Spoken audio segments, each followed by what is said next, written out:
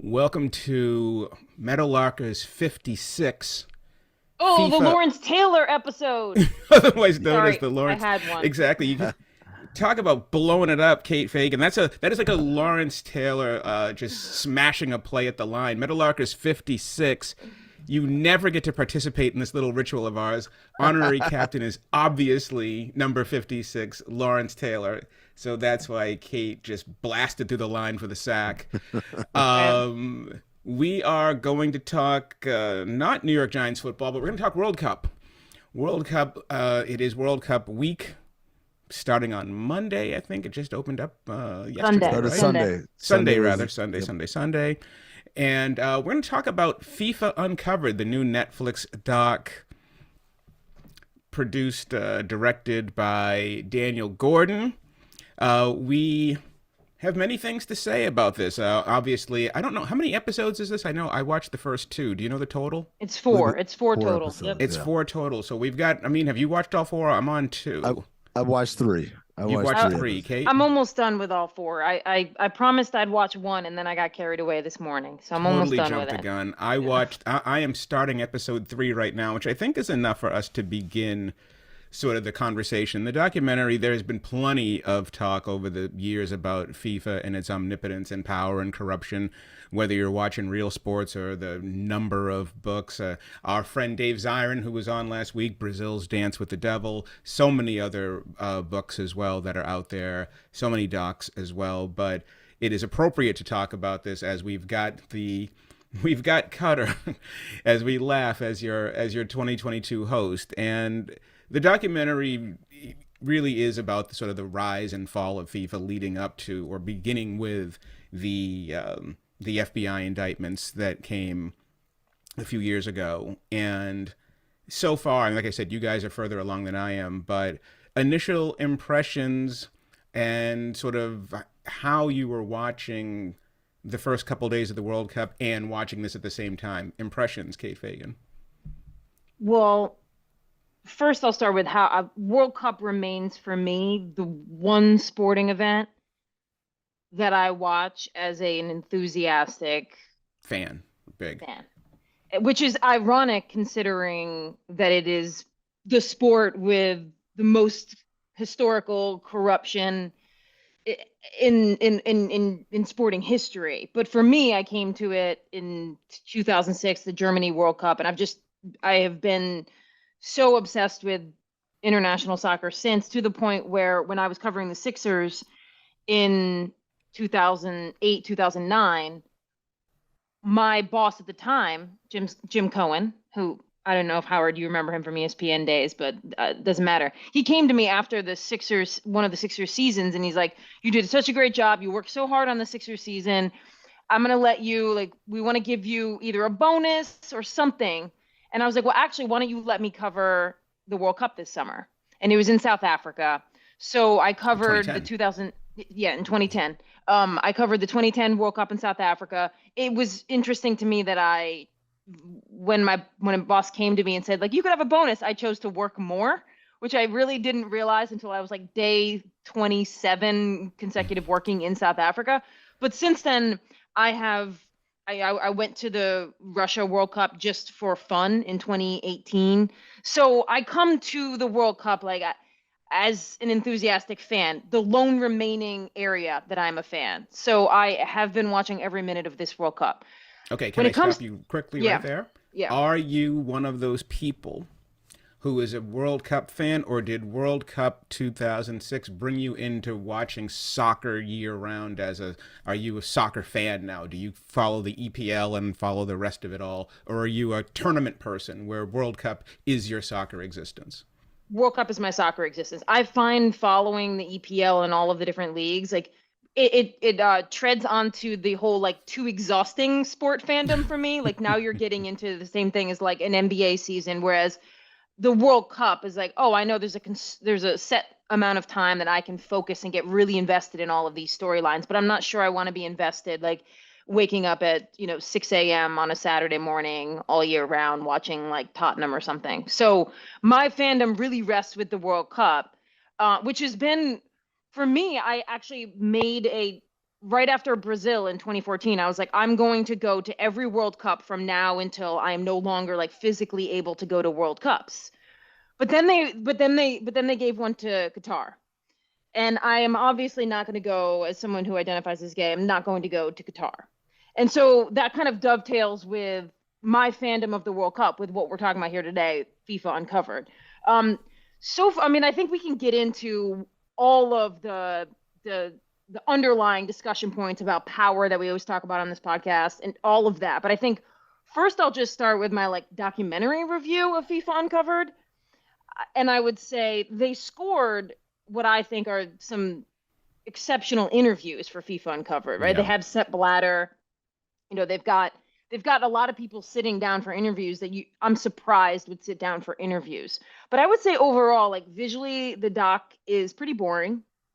It's really like just a standard, like let's sit people down in front of like a blue, blacked out screen. There's nothing interesting about the way they're trying to tell this story. And maybe that's just simply you don't need any bells and whistles when you've got Sepp Blatter sitting down for an interview.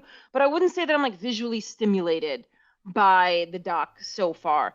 And the other thing that I would say, and then Amin, I'd love to hear kind of like your review of it, because I think you do a podcast where you talk about things like this, is Not the good ones. Exactly. I feel like, and I'm almost done with it. Whoever, if it is, David Gordon, who you mentioned as the director and one of the producers, or if they have Daniel. different journalists, Daniel, thank you. Edit this out. Daniel Gordon, director and producer. As somebody, who did a lot of work with Outside the Lines when I was at ESPN, I don't think there was enough actual like putting the pedal to the metal journalistically when you've got these people sitting down for interviews. Like there weren't enough follow-up questions. They weren't really holding anybody's feet to the fire that were their own interview subjects. They certainly sampled plenty of footage where other journalists years prior to them putting this together were asking more forward questions and actually had evidence to present to whoever was sitting across from them to actually get some answers. But in the interviews that they did, I didn't think they were very strong in them. And they certainly Hey, Mr. didn't Blatter, push back what enough. about South Africa? Right? Yeah. What about it? Yeah. I mean, what have you been thinking so far? Yeah. And what's your relationship to soccer too? I would love to know that. Soccer was my first love. That was the first sport I ever watched and really got involved in and played and was a fan of. And over time, obviously, basketball replaced that. And when it turns from passion to career, then you kind of have to make tough decisions. And so, like Kate, I only kind of have a bandwidth for international tournaments, the CONMEBOL, the UEFA, and obviously the World Cup. And like Kate, it is the last bastion of humanity for me in my consumption of sports. Every other sport, I'm an extreme cynic. I think about things from the business side and from kind of the behind the scenes machinations. I don't really care. I say I'm a New York Giants fan, but I don't mind when they lose. Like my day goes pretty well, Same thing for the Yankees. I like the Yankees, but when they don't do well, it's like, all right, well, what are you gonna do? This is the only place where my passions are stoked. And it's funny, I told Dan this the other day. I said it's the only place where I can empathize with fans of other sports. So when we're talking about concussions or the baselining in the settlement between the NFL and NFLPA and all these awful things that make you think, wow, the NFL is this really awful place. And people say, just shut up and let me know what happened in the Niners-Cardinals game. That's all they care about, right? And I always think to myself, how can you be so kind of compartmentalized? And then the World Cup starts, and like, I just don't care. I don't care about any of this corruption, who paid who. I don't give a shit. Just put the game on. Let me root for Brazil. Let me root against the U.S. men's national team. Let me be happy. Let me root against Argentina, who lost 2-1 to Saudi Arabia on a team that has about half of that team are players of Sudanese descent. So shout out to them as well. That's what I care about when it So comes you're to the the World Cup. worst person for us to be talking about this Yes, documentary. I'm gonna blow your minds with the takeaways I had over this documentary, because even as they're presenting, and you're right, Kate, this is not a artistically shot documentary. This is just the facts, ma'am. These are the principals sitting there talking. This is archival footage. This is and I like how the corruption is detailed as this thing that's everywhere. I can't remember which of the former execs said it, but he said that's the culture of FIFA. It's not like, oh, this guy is responsible. Like, that's everybody was doing it, and this is how kind of business got done. But there is a part of me that watches this and says, if corruption is what it takes to get a World Cup hosted in Africa, then I'm pro-corruption. And I mean that in the sense that I believe it was the head of the Swedish Football Association. It was just dripping with disgust every word he said, about the election between Sepp Blatter and Magnuson, who was the head of the UEFA, who was also running against them. Yeah. And just kind of, basically alluding to, like, Sepp Blatter created this coalition of people that he had in his pocket from all those other places. And I said, well, yeah, right? Like, yeah, you guys think it's supposed to be all about you, all about the Eurocentric view of how this game should be run. And the moment someone puts a monkey wrench into those plans, you pout and you want to take your ball and go home. And they're telling me about this corruption, and I'm not denying it, but I'm also saying, you know what? Maybe not everything corrupt is bad. Sometimes you get a little good out of it. When it benefits you. Sure, absolutely. But traditionally, historically, it does not benefit people that look like me. And so when it does, even as I accept that it is corruption and it is, in essence, cheating, I have a lot less outrage in me, because I know this was a system that for years was designed to benefit the other people, and specifically UEFA. And so that's why I'm not as shaken by, oh, how could they? Like, yeah, like this is what it feels like. Yeah, it's interesting. For me, and we can get to that in a sec, but for me, on my side of the world, I'm not a soccer fan. I'm not a football fan.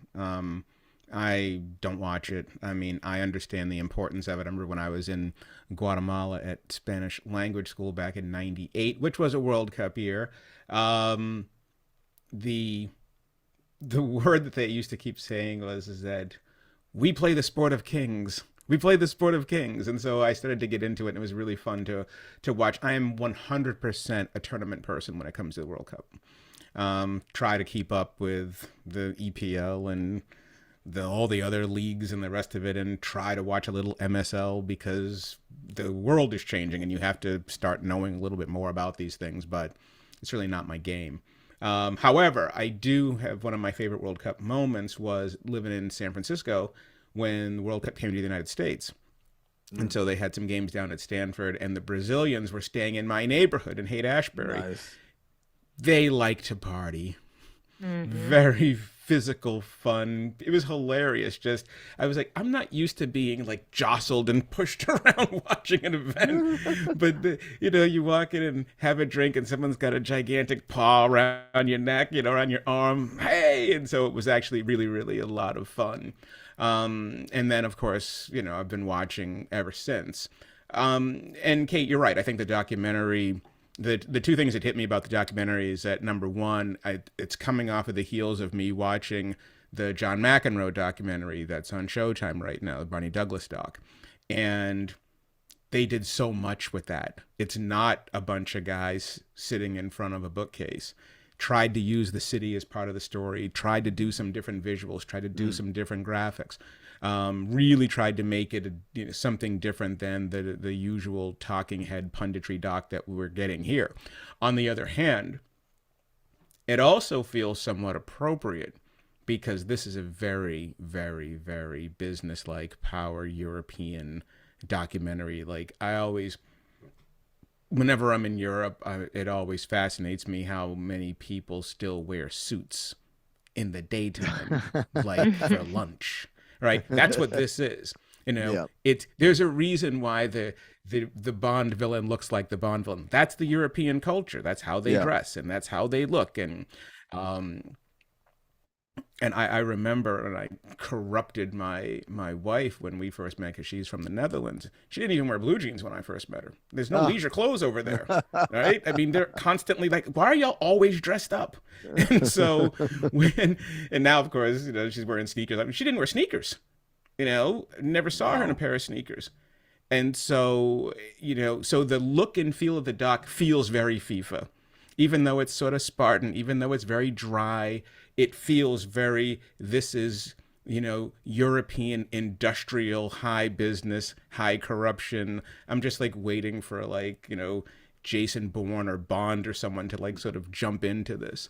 So I agree with you on the shooting and the way that the doc looks, but also it sort of feels like it's appropriate for this type of doc. Yeah, I mean, I'm in the exact opposite category from you on this, where it comes to the corruption and the reason why. I didn't expect anything less than that, I know. But I understand it, because to your point, this is how the world works, and y'all just don't like it when it doesn't work in your favor. Mm-hmm. This is what you do for each other at the expense of us. Right. And so when it doesn't go in your favor, when the first the FIFA president before Blatter, João Havelange, when he says, we're going to bring the World Cup, actually, no, it was Blatter who said we're going to bring the World Cup to Blatter Africa. was going to bring it to Africa. Havelange was the one that said we're not messing with South Africa until apartheid is over. And he took the principled stance on apartheid. So which was a completely, by the way, just not to cut you off, but a completely convenient, it wasn't a genuine gesture, I don't think. I think it was absolutely one of convenience and strategy. Well, it was one to win votes. Sure. Yeah. It was one to win votes. And that's what you're getting here with this documentary. You're learning the actual definition of politics. Mm-hmm. Politics is a game. It's one of the things, it's horse trading. It's one of the things that always drove me crazy about, Barack Obama and the Democratic Party. It just drove me nuts about the amount of time. Don't moralize. Win the game. There's a game to be played here. Don't talk down to me. There's a way to win here. And what you see from both Havelange and also from Blatter is that they know how to count cards. They know how to count votes. They know how to count the room. Who do we have to cultivate to win this? But what I found fascinating about the doc so far, is also this idea of business as higher calling, that FIFA is going to be the sport that seeds the game, that grows the game, that has a moral compass, while at the same time being completely omnipotent, which is how dictatorships work. Right. It really has been. It's I guess, to me, my mark of a good project is when, after you go to the movies, you go have a drink afterwards and you're talking about it. There's a lot to talk about in this documentary. Yeah. And to your point, Howard, about the idea of the politics of it, this could be the first doc, or maybe the first piece of content I've watched where I actually recognize that if you go through and you look at all of the key principles of FIFA, and you look at what their pedigree is, or what they were bringing to the table before they came to FIFA, to a man, and I do mean to a man, right? Because a woman doesn't appear. That was the other thing I was about to bring up. I was like, this is late in the second episode. Mm-hmm. And she's sort of sitting in the FIFA Congress, maybe an assistant, we're not sure, but none of them have a skill set that they were bringing to FIFA before. And whether you're talking about Chuck Blazer, Sepp Blatter. Platini did. He was a former player. Yeah. Sure. There are exceptions, but for the most part, you are looking at a group of men who, I had always had this naive thought that I know what politics is, but usually people get into politics, right, because they were an economist and they have a set of ideas that they are going to then bring to politics, or they were a lawyer, or they were something where you were like, oh, there's some skill set that's going to be applied. If for the Or most they were part, passionate about the subject. These guys weren't even passionate about soccer necessarily. no, and then that was an interesting lesson for me. I was like, oh, no, what they're good at is just simply the horse trading. Yeah. Politics. Good at votes. They're good at Just politics. Yeah. Just politics. Not really, other than Plantini. I'm sure that there were one or two other players along the way who might have made their way into what they kept referring to as the EXCO, the executive committee of FIFA. But no, I was pretty blindsided by like, oh, no. None of them are bringing a skill set to the table except politics. So years ago, I met this woman, and I don't remember where. I think it was in an airport. I was at a connecting flight. I was on the beat, on the A's beat. And I think I was in, it was somewhere, wherever it was, Chicago, somewhere connecting. And at some bar, we're sitting there talking, and she was telling me what she did. And she was essentially a politician. She was like one of the people who worked, in like lobbying. And she was telling me about all of the different jobs she had. And each job was bouncing from one side of the aisle to the other, to the other, to the other. Sometimes she was on labor. Sometimes she was working for management. But it was always just in a position of power. And I remember sitting here thinking, what do you actually believe in? And the answer was, I'm good at politics, right? I am good at this. There is a skill set here that when you're talking about bringing the skill set itself is politics. Right. I don't think that hadn't been crystallized until this doc. I thought I was watching The Godfather watching this. Yeah. They certainly at one point. It's a crime family. Yeah, it's a crime family, and this is all, there's the capos, and then there's the head guy at the top, and everything is meant to kind of A, distance yourself from the actual crime that's happening, and B, launder massive Benefit amounts of from money. Mm-hmm. The idea that the bribes by the end is just literally like, oh, it's just an envelope waiting for you at the hotel. But at some point, the bribes are described as, things for, certain purposes. So, for instance, Jack Warner, who's the head of CONCACAF, and one of the capos, I guess, in Sepp Blatter's crime family, accepts $10 million from South Africa in exchange for votes. But the $10 million is supposed to be earmarked for the African diaspora in the Caribbean. Well, Jack puts $9 million in his pocket. By the way, it's wired to his personal account, which is kind of awesome, it's right? amazing. As corruption goes. Yeah. Just send it to my home address. Send it to my home address. Here's $9 million for me, and I'll give $1 million to Chuck Blazer. And the funniest thing, and this is the part again, Howard and Kate, where I like the part of me that says that snickers and sneers rather than be taken aback and appalled, is the woman who is Chuck Blazer's then partner says, wait a second, why are you only getting $1 million? Her biggest frustration was like, why are you only getting $1 million? Cut. I'm so glad you brought that. But she did follow that up. She did follow that up. But that was clearly a secondary thought. Oh, and this is how it works? That wasn't her main objection. Her main was, we didn't get a big enough cut. And this is where when I was saying, before we switched gears, where I disagreed with you, Amin, on this in terms of the corruption benefiting you. Eventually, the very people that we're talking about, those black players from Trinidad and Tobago, it didn't benefit them. Mm-hmm. They lost.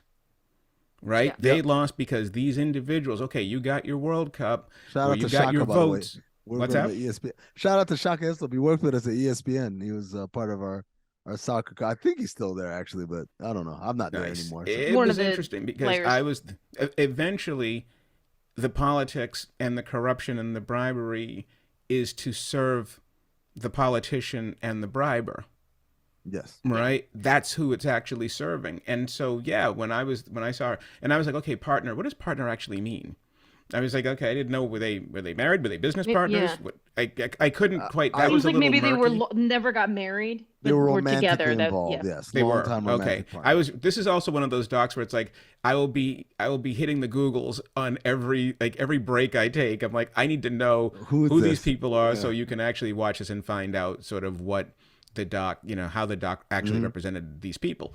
And so, yes, I think that The other piece that got me about that was this idea once again of the black people involved as both the noble recipients of the white man's burden, but also as pawns.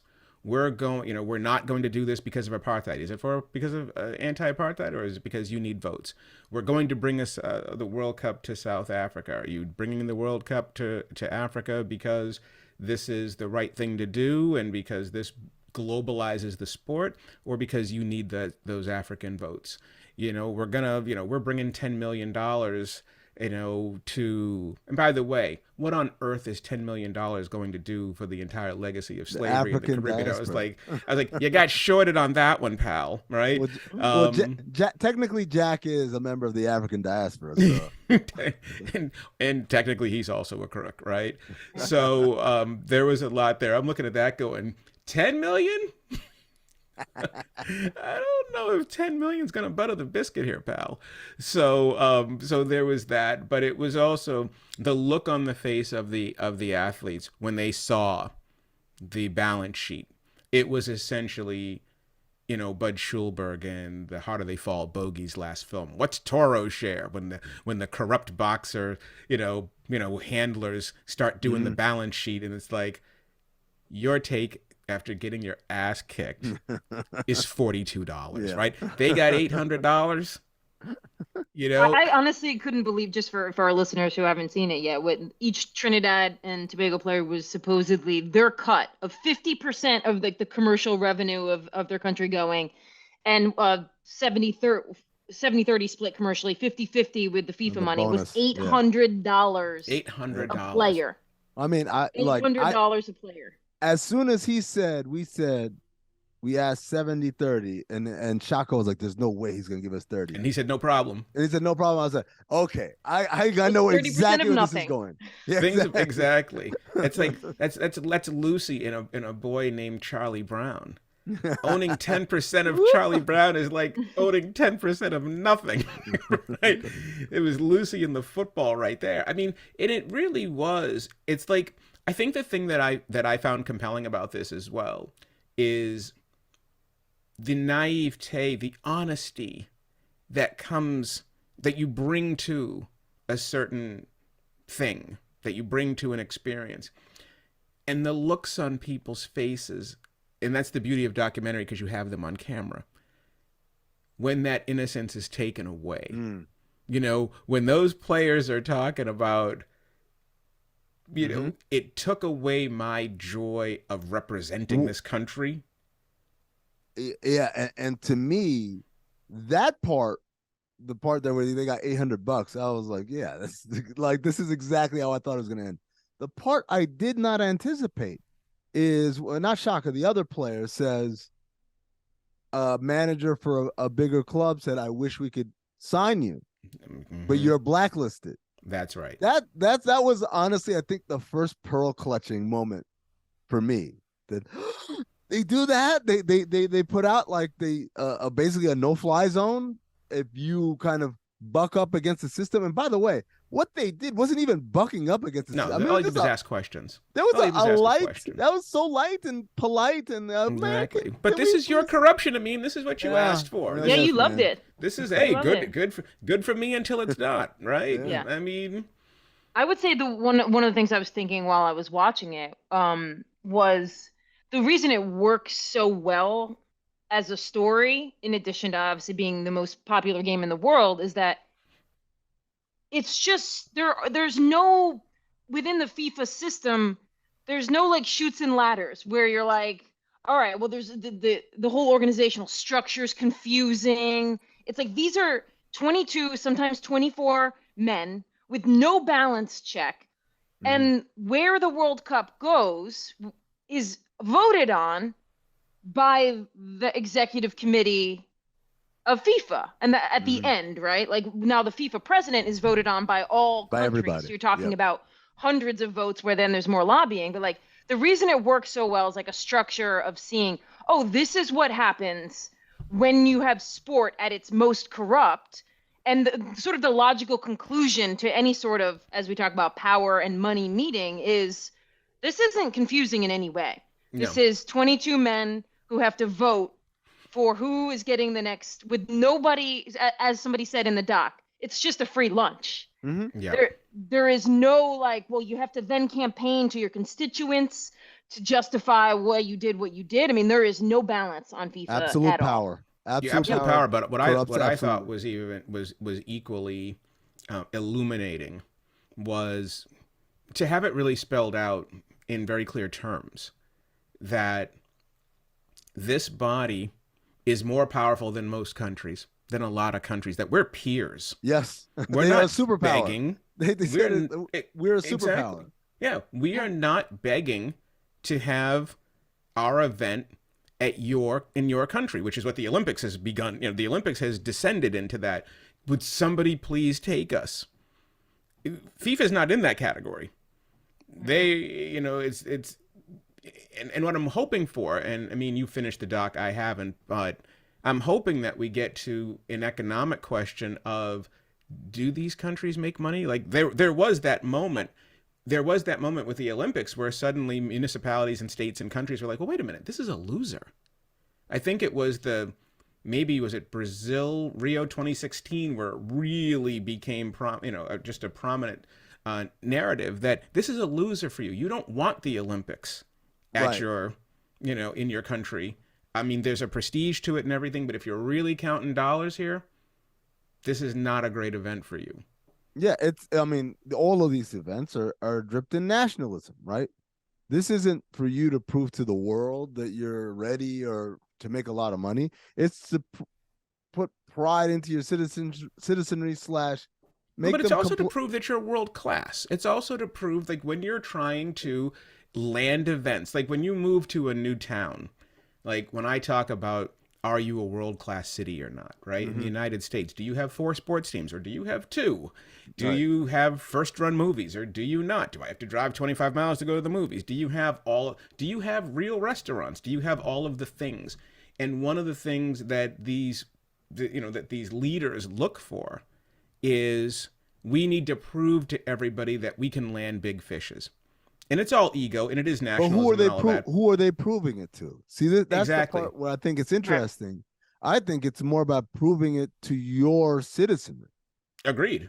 and more likely also to distract them from whatever. From everything else you're doing. Well, there's the sports washing piece of it, but what you're also trying to do as well is, if you are a mayor of a given city and you're trying to land the Olympics, you're also trying to. I'm sorry, I just got the headline of Cristiano Ronaldo will immediately part ways with Man United. It's just perfect for this podcast. Right, breaking news. Breaking news. But you're also trying to prove that you can bring in the other big fishes, which is the hotels. You're trying to bring in the conferences. You're trying to be a destination for all of this outside money that you need. And these events contribute to that. I mean, there is a reason why, during the tech boom, suddenly Austin was the place where all the conventions were, or like Vegas, same thing, or like Boston. There are certain convention cities, and trying to get these events is part of the politics. It's part of the game that goes with trying to be that world-class thing. And then you get to a point where I think Boston got to with the Olympics, with their bid, and also with the Democratic National Convention and the Republican National Convention, all of these things, where the city is going, wait a minute, we don't want this anymore. So on the one hand, you are trying to do it for your city's ego and for your own nationalism, but you're also chasing money. Yeah. And what I found interesting about this, Kate, I was going to say, and just jump off of this. And what I found interesting about that is that in FIFA's case, they're not chasing. They're being chased. Oh, yeah, no. and I mean, just a quick point.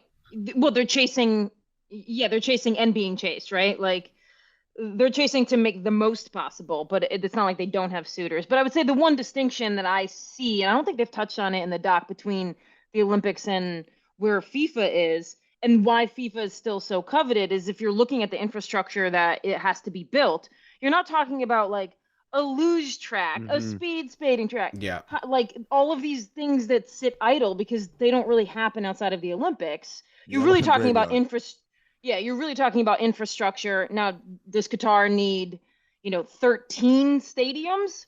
No, but at least you're not talking about a really niche sport that is being played to build infrastructure for. But I mean, I know Yeah, you're gonna jump in. except that in Brazil, that expose ran that all those stadiums are like overrun, like they're empty, Yeah. useless now. Well, Yeah. it's just that the type of crowds and amenities that you need for those specific type of crowds don't exist outside of a World Cup for most developing nations or smaller nations. Now, I remember hearing about a lot of soccer players saying the best World Cup was the one in the USA, and they said why? I said like, because every stadium held 80,000 seats because they're all NFL stadiums. They already existed. They're already in use, and they're all packed to the brim. Also, because America is a country with people with very diverse backgrounds. So it's like if Mexico plays Poland as they did today in the United States, that thing is packed to the gills, either with people Mexican descent or people Polish descent. Like it did not matter what the game was, you were going to get 80,000. And you're getting crowds where people have a vested interest. It's not just a bunch of fans who don't know either just team. To push back. I mean, having because I was in South Africa, and South Africa obviously had the huge stadium outside of Johannesburg and the one in Cape Town. But the opening match that Team USA played against England, where the keeper famously flubbed a very easy Clint Dempsey kick for the goal. I don't know if you were watching. I mean, I remember. Yeah, there was a bunch of stadiums in and around Johannesburg that were intimate, including that one that USA and England played at. So I think there's a question too of like, yeah, of course, if you have 80,000 stadiums and that's all you're playing in, and you can fill them all, then of course you're going to do that. But there was something really magical. Not that South Africa didn't have its issues, but that there were stadiums where you were talking about like 12,000 people, and you're having and you're watching USA England. It felt really magical to not have to be playing in a massive stadium. Well, it's similar to tennis, where when you go on the grounds, there's center court at the U.S. Open, which is 24,000. Right. Then there's Armstrong, which is like 11 or 12. And then there's the other courts where it's got 4,000 or 5,000 people. And they're still top-level players. They're just not playing at the main big-ass stadium. I would posit that those days are long gone as far as for World Cup, hosting World Cups. Again, as the money grows and the capacity to sell tickets and also have accommodations, remember hotels and the infrastructure there around that, it's all about more. I was listening to David Sampson and John Skipper earlier this morning, and they were talking about, it's unrelated, but they were talking about, the switch from Bob Chapek back to Bob Iger. And part of what's fueling it is trying to appease Wall Street. Is you can't come back and say, well, we did this much. Wall Street needs more. And you have to keep growing in order for them to keep having confidence in you. And I look at the World Cup as the same thing. It's like, it's not enough anymore to have a 20,000 seat stadium, no matter how great of an experience that was. That's 20,000, at least 20,000 less tickets that we could have sold. And, maybe. Well, then you're not having the World Cup in Qatar anymore, because how many places you're going to be having it in Germany and you're going to have it in the United States? Well, see, in Qatar, they built these stadiums. I believe they renovated one or two, and then they built the other 6 or 8 stadiums in total. And they're modular. So they design them so that when this is all done, they're going to either downsize or completely erase this thing. They're going to take these modular parts and then they're going to send them to developing nations to help them build stadiums and renovate stadiums there, which is a pretty interesting approach to how you do it. But it's also an approach you can do when you're spending $220 billion on infrastructure for this World Cup. By way of comparison, Germany, when they hosted in 2006, what was that, 16 years ago? They spent $4 billion on their World Cup infrastructure. So 50 times, more than 50 times the amount spent. Now, the Qataris have that capacity to do it like that, to spend like that, and to say, oh, by the way, it's all recyclable. It's all going some, and by the way, they're all solar powered, and all of these things that are not really in the realm of possibility for a developing nation. for even the Germanys and the USAs of the world to be able to spend like that is out of the question. Yeah, it's true. And I would say, can we go to one piece of this too that really hit me? And as I start to get into episodes 3 and 4, I'm fascinated by it. The first thing that came to mind, Kate, when they were doing the bids, when they combined the 2018 and 2022 bids, was baseball, steroids. I was like, there's only so much that we can take before we say enough is enough. Okay, Brady Anderson can hit 50 home runs, and Sammy Sosa and McGuire can hit 60 a couple of years in a row. But once Barry Bonds hits 73, enough is enough. When you've got the United States losing both to Russia and to Qatar, Well, I was like, the FBI's coming. Well, here's the thing. They was they at some point they reached a point where they say 2018 is going to a European nation. Yep. 2022 is going somewhere else. So technically, England lost to Russia. And So the England, USA lost yes, to- technically England. Yeah. But when you have these two, which by the Yes. way are not just, were they not just better equipped for the event, but they're also first world nations. They're not going to take that lion down, right? You got Bill Clinton walking in there and David Cameron walking in there expecting to win, and they've got egg on their face like that. It's like, okay, Yeah. Loretta Lynch line 1, right? We are Yep. not going to take this. Somebody's going to pay for this. And to me, I was like, I'm really looking forward to watching episodes 3 and 4, because Bill Clinton sitting there stone-faced, and then, and you have Sepp Blatter, and you had the, some members of the XO or XCO walking, with Vladimir Putin, and and also let's not forget, because they sort of get away from the whole sports washing piece of it. They mention it in the first episode, but don't go back to it. Is that Russia was in a war, I think, with Georgia, weren't they, when they had the 2014 Olympics in Sochi? And so, so to have that slap in the face, it made perfect sense as to why those indictments and that investigation were coming down. It was like, okay, that was the 73 home run moment where it's like, all right, the jig is up, fellas. You guys have absolutely, you've gone even beyond our limits of what we find acceptable corruption. Yeah. I mean, all they would have had to have done was not combine both bids, right? Just space out the corruption, not get too greedy, because I don't know if they talk about it in episode 2 or if it's the beginning of episode 3, where they're like, it was clearly a cash grab for the remaining EXCO committee members who might not be on the committee, starting Right. after 2010, when they made the announcements This is for their last. 2018. This was and their Get your last. last- hurrah. last hurrah. It was Right. their last hurrah. Let's combine 2 so they can double dip on this one, and let's do it against Prince William and Bill Clinton in the audience. And in addition to baseball, when both of you were chatting over the last few minutes, Amin in particular, I am reminded of our conversation about Welcome to Wrexham as well, where we were talking about, okay, do you really want your club to grow? Do you really want the game to grow? I mean, because even 2010 doesn't feel like that long ago to me in South Africa, and there was still a vestige of creating community moments when you were at some of these matches, because it was so intimate, and certain locations like Johannesburg and Cape Town were clearly just filled with corporations and big boxes and everything. But there was a lot of stadiums where it was like Bafana, and you felt like you were in the middle of the culture. And as Amin probably correctly pointed out, that is a vestige of the past at this point. And it just reminds me of Wrexham, where it's like, be careful what you wish for. Be careful how big you want your game to be. Be careful of all of that, because then you get to this point where, it's great that it's going to be in US, Mexico, Canada, but I mean, I don't know how great of an experience that is for a fan who wants to actually experience the World Cup in a place and see more than one match without spending $5,000 to fly Traveling. from Yeah. Chicago That's right. to Mexico City. I mean, it's just out of the reach of a casual fan at this point. Well, that's right. And the experience of the World Cup, like I said, for me, I didn't go to any matches. I don't go to sporting events unless I'm working.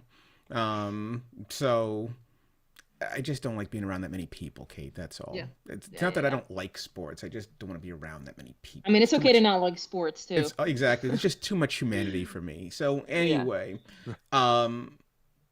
the experience of the World Cup, to your point, as I remember, I was 25 at the time, was feeling it even in San Francisco. World Cup was in town.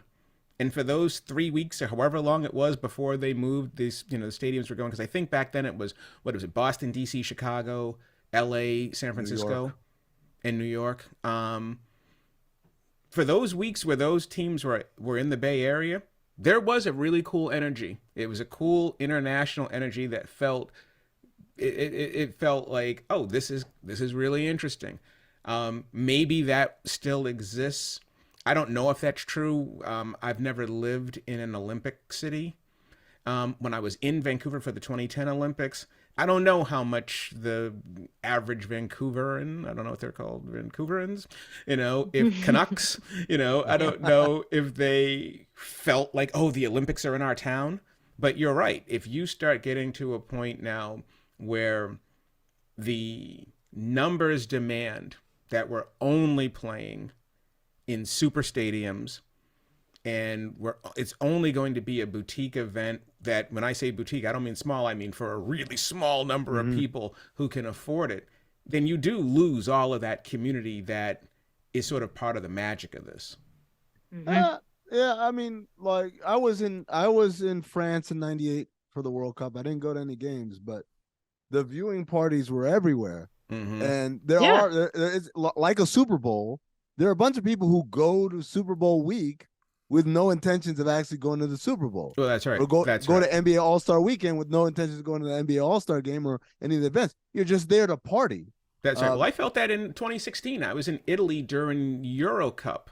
The place was going wild. It was just wild. Every restaurant, every town square would erect a huge screen and people would just show up. And I think that part will never go away because, and this circles back to why FIFA is a superpower of its own, right? Why it has all this might, and it's economic reasons and all that stuff. But the reality is that they preside over something that makes people like me and Kate say, yeah, to hell with all that other shit. Let me just that is the power it holds. Is that, what's the power of sports? Well, but in particular football, sport, more than any other sport ever in the history of mankind. And so I follow Men in Blazers on Instagram, and they had this thing about the Danish national team, and the Danish national team are wearing jerseys where the crest and the logo of the jersey manufacturer Hummel are both blended out. Like they're embossed, but they're the same color as the jersey. You can't see it. The only thing you can see on the jersey is the number, the name, and I think a little Danish flag right above where your number is. And they were like, this is in protest of, all the things that Qatar is being accused of, whether it's the human rights violations, whether it's their stance on LGBTQ, everything, all encompassing. And I sat there and I looked at it and I said, bullshit. Because if you were that offended, you wouldn't show up. The reason why they showed up is because this is the thing that holds that kind of power, that even in the face of this thing being so offensive to so many of your different sensibilities, you still can't say no. But is it that offensive to your sensibilities, or are you overstating the offense to your sensibilities? Because if you I can only naively take people at their face value when they say such a thing, and then point out the hypocrisy, but you're still here. Yeah, it just sounds good. I mean, it could just be political timing, but I don't know that a country who has made the World Cup finals boycotted the World Cup finals. Countries routinely have boycotted over the last 100 years the Olympics. Yes. And so, I think we could argue timing and which countries and the Cold War, but I'm like, it says to me that the currency and value to your people of that thing is so high when it comes to the World Cup. Well, you would lose. You can't do it. Exactly. You lose that battle politically if you do that. Howard, you're the elder statesman of us three. The Soviet Union boycotted the '84 Olympics, but but and the USA boycotted the 80 Olympics, I believe, in Yep. Russia. Yep. But there were no such qualms of any World Cups sprinkled throughout there. 82 being in Spain, 86 being in Mexico City, 90 being in Italy. These are all Western countries. There was no feeling by the Soviet Union like, yeah, we're going to sit these out as well. No. Or was it only just specifically because, like, for instance, if the 86 World Cup had been in the United States, would the Soviet Union have boycotted that It's one? a really interesting question, considering that the 80 boycott was in response to the invasion of Afghanistan. Yep. And so, the 84 was in response to what the United States had done. And so, yeah, you've got a real, got a real sort of interesting. Okay. Go ahead, Just to Kate. change, I don't know. Just a question that has been on my mind watching this has been to Amin's earlier point about, I don't care, it's good for me, corruption sometimes, it's bad for you, like that. I have had a question watching this. Have we landed, like what FIFA has done and all the decisions they've made, where they've put World Cups, and it's all been driven by lining the pockets of certain people with maybe some other motives thrown in, but like, is that its own form of like, let me figure out how to say this. I feel like we've still landed in a place where the World Cup has gone to a lot of diverse countries and grown the game worldwide, even Yes. though the means have been disgusting as revealed by FIFA Uncovered. It still went to South Africa at what seemed like the right moment in history. It has still been in places and gone to places and spread football, it seems, even if the means to get there have been pretty disgusting. Are you Yes. arguing that that Come to my at side. the end of the day they are still the force for good, as they No. suggested? No, I'm suggesting that like maybe when it comes to something like soccer, where you're like that it's so beloved and it's so the sport of the people that even when it's in the wrong hands, it's somehow like kind of arc of like the universe's moral arc bending toward justice. We've still ended up in a place where soccer has somehow made the right moves at certain moments to grow the game. It's I the don't know. opposite I of don't it's the think opposite so. of collateral No. damage, right? It's No, collateral good, right? Like, No, I don't- oh, I don't we see that. accidentally Howard doesn't believe this. No, I don't believe it, and I don't believe it at all for one specific reason, and that is that it's an opioid. It's bred in circuses. It's that when you see part of the aftermath of the empty buildings in Kenya or wherever that the news story was, Oh, that yeah. you made promises to help people, and instead you put on a fucking event. Right? You didn't hold up your end. Now, to your point, if you did all those things and you had your event, Right. Right. maybe we're having a different conversation because at least you walked the walk, but you just took the money. I do wish that the doc itself had gone into further detail about how frequently money was earmarked for growing the game in certain regions and when it was actually applied to And what growing the happened, game exactly. in certain regions, and what was the legacy, even though I'm using that term to mean like, do we even have a program that still exists Right. that we started with some of this money? There wasn't enough of that so far in the doc. It led me to believe that FIFA has done none of that, right? It just all went to Jack Warner's pocket. That part is still a little bit of a mystery to me in watching this doc. That element is the part that where my fandom and my exuberance stops. Yeah. Because when I think of the work conditions of those laborers who built these stadiums, these beautiful artifices in Qatar, all I think about is these guys spent $220 billion on all of this. You could have easily, and it wouldn't even have been, you wouldn't even lost sleep, spent $220.5 billion and compensated those people, paid them an actual kind of wage, give them work conditions that weren't oppressive and barbaric. You could have spent a little bit more money, just a little bit, what amounts to pocket change for these people. And instead, it's like they chose that to be the place where we're going to get our savings. Not because we needed, not because they needed to save money, but because they could. And in essence, going to tell me that $220 billion couldn't go to bettering the everyday conditions of these different places? It's like how much money we. I'm not saying that, because Howard, at the end of the day, it's not their responsibility to go over to Bangladesh and to Pakistan and help those people there. It's not their. That's not their responsibility. Who is FIFA's? No, I'm talking about the Qataris who spent this money. I'm talking about their own people. Well, I mean, look, if you're looking at FIFA for moral compass, I'm not looking for FIFA for anything except for the fact that this is what they said. They put themselves in that position by saying that they were going to be the force for good and that they were going to spread the game and that they were in it for the right reasons. So if you're going to hold them to any sort of account, hold them account for their own words. I'm not placing anything on them that they didn't place on themselves. That just reminds me of a story that I was thinking about the whole time. I said, I can't fit this into any conversation we're having here, but this kind of opened the door.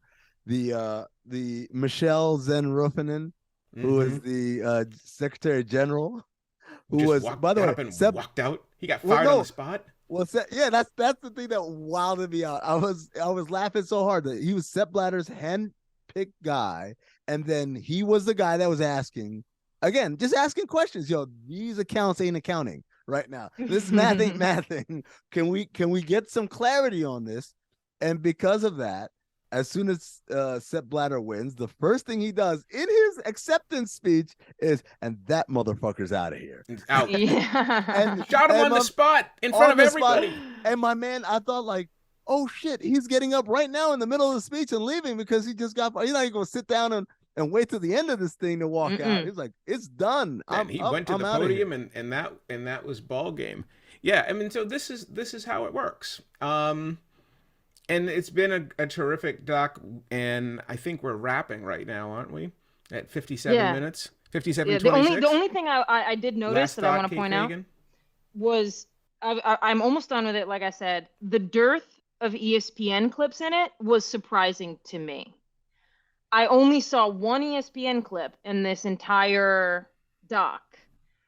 I would have thought I would have seen Bob Lee all over this doc, given all of the. It seems like it's a European doc, though. There's not a lot of American. There is an ESPN. CNN is in it CNN as well. International, I thought there were most of those folks. There's a couple like American clips later on. There's also an ESPN clip as well, like in the third episode. But I thought, given the extent of the research and the reporting that ESPN has done, that I would have seen more of that on-air commentary in this doc. Did you think that at all? I mean, or not really? To be honest, it did not occur to me. I thought a lot of it, and I haven't finished it, so I haven't gone to the indictments part, but I thought a lot of it was kind of so FIFA centric. Not so much of the game, but like the stuff that's happening in Zurich, the stuff that's happening in, quote, the room where things happen, or whatever the thing is from Hamilton, right? That ESPN wouldn't have too much coverage. Considering the FBI, the whole thing is driven by the FBI and the US. It would have thought like lending some of the. But how much coverage we were there? How much coverage do you remember? Well, it was a big deal. It's a big deal. Well, I guess I'm in the E60 OTL world, but it was. I mean, there was live specials happening at the time. Right. Yeah, but my small final point. thought. My final thought on this was that it was that one of the things that the documentary did do is it was a reminder to us that we're not always that important, because this is a world sport. It's not an American sport, and it really did show how much that sport, the sport of kings, the sport of the people, how much it dwarfs everything we do here. Yes. Including the Super Bowl. Yes. Right? All of it. We're really not. We think we're all that. We're kind of not all that when it comes to this story. And you would think the way that FIFA is set up and that every country gets a vote, you would think, it's not the House of Representatives, it's the Senate, right? Everybody gets one or two. And that changes the influence, which is why I'm interested in looking at how this shapes up, because the indictments are coming from the United States. And if the United States would have even done anything had they simply been awarded the 2022 World Cup. That's the end all be all. Much like Chuck Blazer's former partner, the outrage is that how did I get what we wanted? I gotta defend his partner. She and a number of other women are like the only ones actually saying shit in this doc. I mean, you've got the PR person for the Qatari. I'm looking at her going, you're riding along too. All those photos with all the big smiles and everything else until you didn't get what you wanted. I mean, Phaedra and Majid, right? She absolutely, look, she's a whistleblower. She did it at the time. She was talking about it. She had, to me, like, okay, that's someone who clearly exhibited a moral compass in the moment. I'm sorry, this other lady, like Howard says, she's like, wait, where's our money? You know what? This is corrupt, like that, and that to me is very telling, and I think it's congruent with, again, the United States reaction. It's like, if they had won, nobody would have gave a shit, because at the end of the day, in a weird way, Howard, you're right, we're so much smaller than this thing, and we don't have the presence we have in other sports. We're not used to being small. But the other part of it is, as long as we get what we want, we don't care what they're doing over there. We don't care. We cared because it came to our shore. When we sent our best and brightest, they sent Morgan Freeman and they won. They didn't talk about that. Hey, when Morgan Freeman was Easy Reader, you better win. Right? Yeah, we need to also talk about David Beckham's relationship with Qatar, maybe on a later FIFA episode. There'll be maybe we'll have to do a part 2, because this is one of the longest we've gone, and that is officially a wrap. Everyone's got to run and go watch the games, aren't they? Starting right now? Aren't they? It started. Right now. We're a minute in. Already started, exactly. So France. In Meadowlarkers 56. A rousing success. Clearly, there's really nobody else other than Lawrence Taylor for our honorary captain, but I do want to give a shout out to New England Patriots number 56, Andre Tippett. I'm sorry, I had to do that. Okay, next week, we will be here again. Happy Thanksgiving, Kate. Happy Thanksgiving, Amin. And Same to you. Until then, happy Thanksgiving, everyone. And remember, Amin is pro-corruption if it benefits him. And remember, when it benefits him, Amin is pro, which is also his way of saying, operators are standing by if you got something. We will see you next week. Thank you.